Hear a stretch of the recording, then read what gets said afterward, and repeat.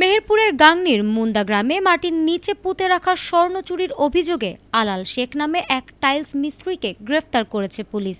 গাংনী থানা পুলিশের একটি টিম সোমবার দিবাগত রাতে তাকে কুষ্টিয়ার কুমারখালী উপজেলার বানিয়াপাড়া বারাদি গ্রামে তার বাড়ি থেকে গ্রেফতার করে।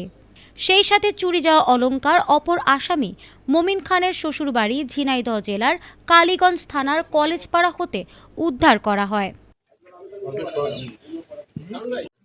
গ্রেফতারকৃত আলাল শেখ কুষ্টিয়ার কুমারখালী উপজেলার বানিয়াপাড়া বারাদি গ্রামের আরজান শেখের ছেলে।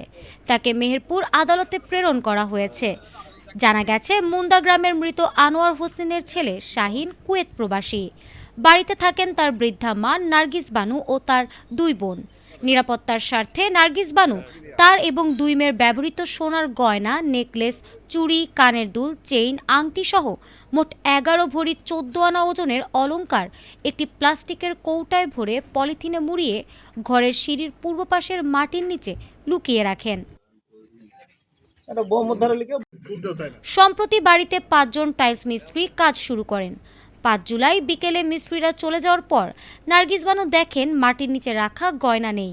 বিষয়টি ছেলেকে জানালে তিনি বাড়ির সিসি ক্যামেরার ফুটেজ দেখে জানতে পারেন কাজ করার সময় এক মিস্ত্রি মাটি খুঁড়ে গয়না পেয়ে আরেকজনকে দেন। এরপর দুজন মিলে তা নিয়ে সটকে পড়েন।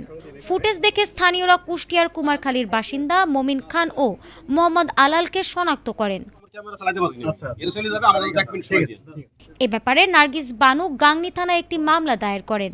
গাংনী থানার মামলা নম্বর 11 তারিখ 6/7/2026 খ্রিস্টাব্দ ধারা 379 পেনাল কোড।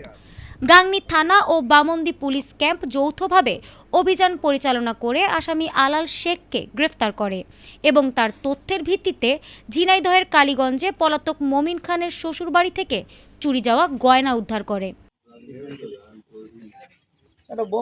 গাংনী থানা ভারপ্রাপ্ত কর্মকর্তা মুহাদ্দিদ মোরশেদ চৌধুরী জানান, ইতোমধ্যে একজনকে গ্রেফতার করা হয়েছে। সেই সাথে চোরাই স্বর্ণালংকার অংশ উদ্ধার করা হয়। অন্য আসামি মমিন খানকে গ্রেফতার অভিযান অব্যাহত রয়েছে।